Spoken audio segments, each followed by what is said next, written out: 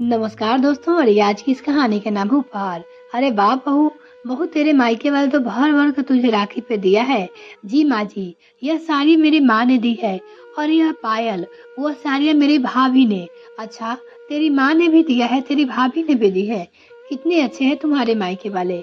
माँ भी देती है, भाभी भी देती है। बहू, मानवी के मायके का सामान देखकर रीता जी खुश हो जाती है। मानवी कहती है, माँ जी, प्रिया दीदी को भी तो आने वाली है राखी के लिए, तो उनके लिए क्या देना होगा। बहू की बातें सुन रीता जी सोचते हुए कहा, बहू, मेरे पास तो ऐसी कोई साड़ी पड़ी नहीं है जो दे दे। और तेरी यह साड़ी बहुत ही महंगी होती है, वो तो मुझे देने की जरूरत नहीं है। तो मैं एक काम करूंगी, अभी 5 मिनट में जाकर बगल की दुकान से कोई 500-600 की साड़ी खरीद लाऊंगी। उससे ज्यादा महंगी देने की जरूरत नहीं है, तो उसकी चिंता मत कर। वो जब आएगी मैं लपकते हुए जाऊंगी। 5 मिनट में तो लगेगा मुझे, जब तक तुम खाने की तैयारी कर लो।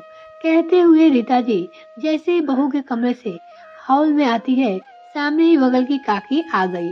उन्हें भी प्रिया के आने की खबर लग गई थी, इसलिए वो प्रिया से मिलने चली आई थी।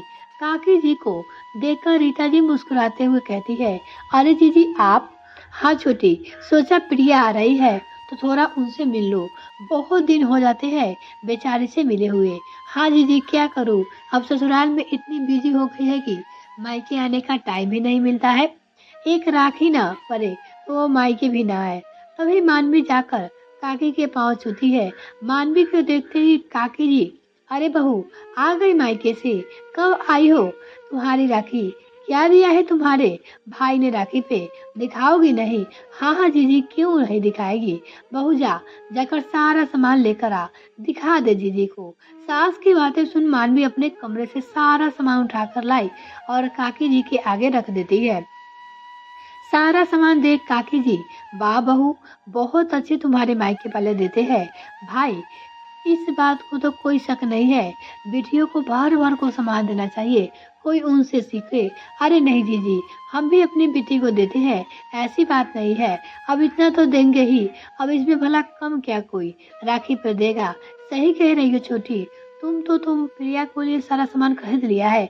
हाँ हाँ जीजी, इसमें कौन सी बड़ी बात है, खरीदा तो नहीं है, लेकिन इतना ही कुछ मैं अपनी बेटी को दूंगी राखी पे। बस बगल के ही तो दुकान है, अभी जाकर पायल बिछिया सारी खरीद लाऊंगी, 5 मिनट लगेंगे। सास की बातें सुन मानवी हैरानी से उनका मुंह देखने लगती है और मन ही मन सोचती है, माँ जी किसी गिरगिट से कम नहीं है। अभी अंदर एक सस्ती सस्ती साड़ी की बातें कर रही थी देने के लिए, और यहाँ काकी जी के सामने पायल बिछिया महंगी साड़ी, यह सब कुछ देने के लिए राजी हो रही है। अपनी सास की सोच और ननद प्रिया के बारे में सोचकर मानवी को बहुत बुरा लगा। प्रिया इस परिवार को अपना परिवार मानती है, रीता जी को अपनी माँ मानती है, लेकिन रीता जी उसे शायद कभी भी दिल से बेटी ना मानती थी। बस दुनिया समाज के नजरों में दिखाने के लिए अपनी बेटी मानती है।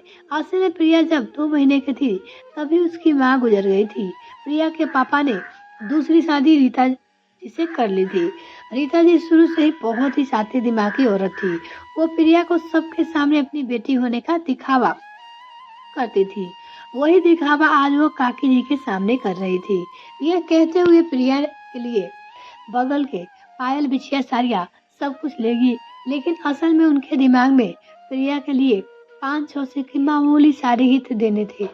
वह भी डर से वो अपने बेटे बहू के नहीं भेजना चाहती थी खरीदने के लिए। उन्हें अपने बेटे बहू पे विश्वास नहीं था कि महंगी साड़ी खरीद कर न ला दे। काकी जी और सास की बातें सुन अचानक ही पास में खड़ी मानवी के दिमाग में कुछ आया। उसने कहा, माँ जी एक काम करती हूँ, अभी प्रिया दीदी 5-10 मिनट में आती होगी। काकी जी उनसे मिलने के लिए भी बैठी है, तब तक आप काकी जी से बातें करिए, मैं बस 5 मिनट में दीदी का सामान लेकर आ जाती हूँ राखी के लिए। अरे नहीं बहू, बहू मैंने बोला ना, तू परेशान मत हो, जब प्रिया आएगी तो मैं खुद जाकर ला दूंगी। 5 मिनट तो लगेगा, तू तब तक खाने की तैयारी कर ले। अरे दे देना छोटी, भाई भाभी की राखी होती है, खरीदने का हक उन्हीं का होता है। तू कहाँ बीच में आ रही है, मेरे से बातें कर, उन्हें जाने दे। अब काकी जी के आगे रीता जी कुछ नहीं बोल पाई और बहू को घूरते हुए चोरी से गुस्से में हाथ से 5 उंगलियां दिखाकर इशारा करती है, मतलब 500 से ज्यादा साड़ी नहीं लेना। सास को देख मानवी मन ही मन सोचती है, माँ जी मैं जाऊँ तो सही, वहाँ पे मेरे ऊपर की है, मैं 500 की लूँ या फिर 5000 की लूंगी। मानवी अपने पति के साथ निकल जाती है और करीब आधे घंटे बाद प्रिया के लिए पायल बिछिया और 1500 की प्यारी सी साड़ी लेकर आती है। सामान देखकर काकी जी खुश हो जाती है। सच में बहू, तुम्हारी पसंद तो बहुत ही अच्छी है।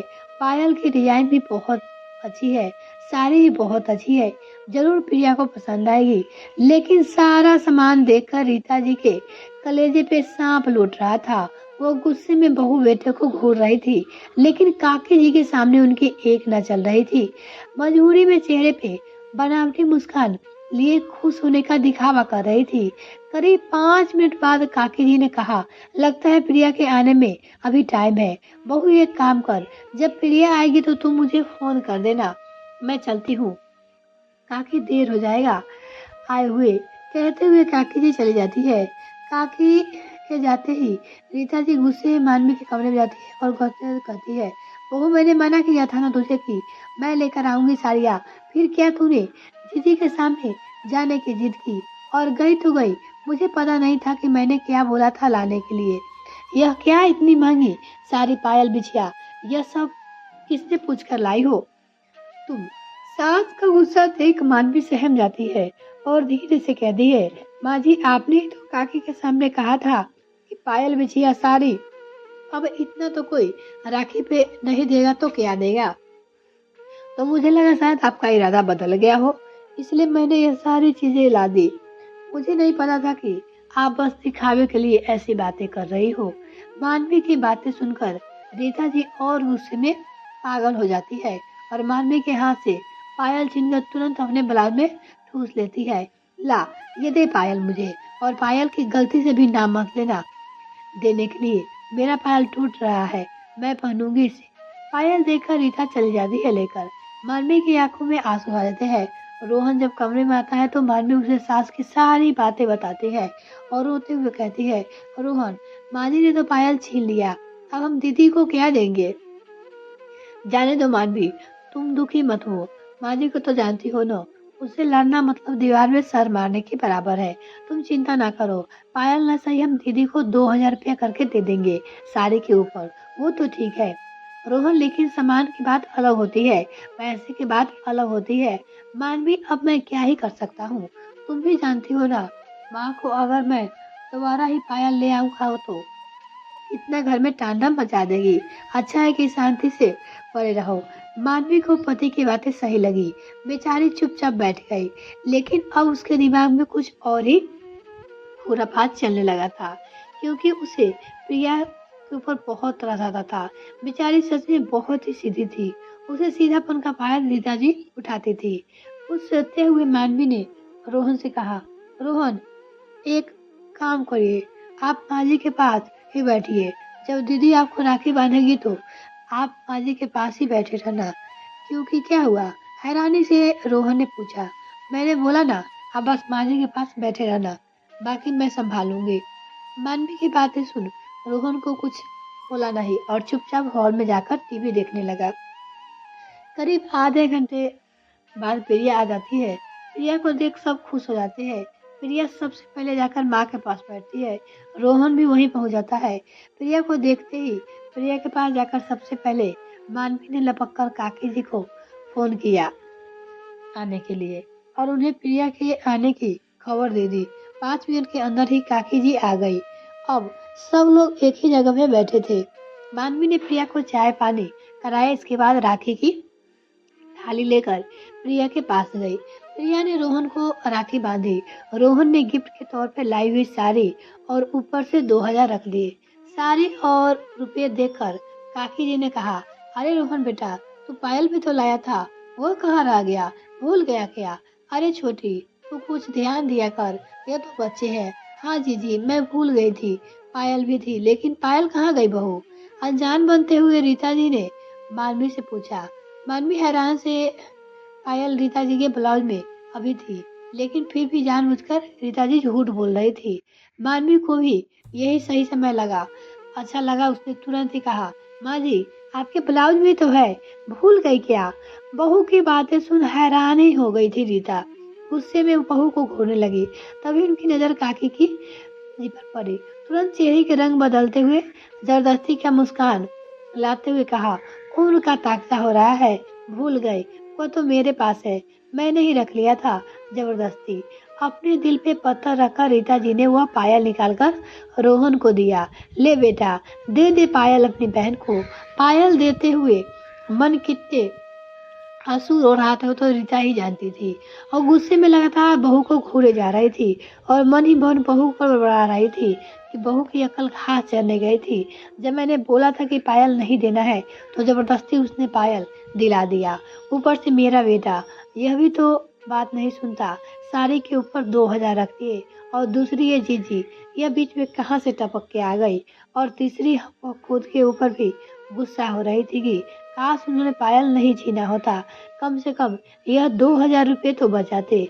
ऐसे तो पायल भी गया, पैसे भी गए, साड़ी भी गई। बेचारी रीता जी मन मार कर रह गई। इज्जत के खातिर चुप रहना ही उसे पड़ा। ना प्रिया के सामने कुछ बोल सकती थी, ना ही काकी जी के सामने कुछ बोल सकती थी। लेकिन सास का चेहरा देख देख कर मानवी मन ही मन खूब मुस्कुरा रही थी। ऊपर से बनावटी मासूमियत उसके चेहरे पे थी, लेकिन अंदर ही अंदर उसे पता था कि इस समय रीता जी का खून खौल रहा है। ये सोच सोच कर उनकी हालत देख मानवी चुपचाप खड़ी मुस्कुरा रही थी। सास की तो उसे बिल्कुल भी फिक्र नहीं थी कि उनके ऊपर क्या बीत रही है।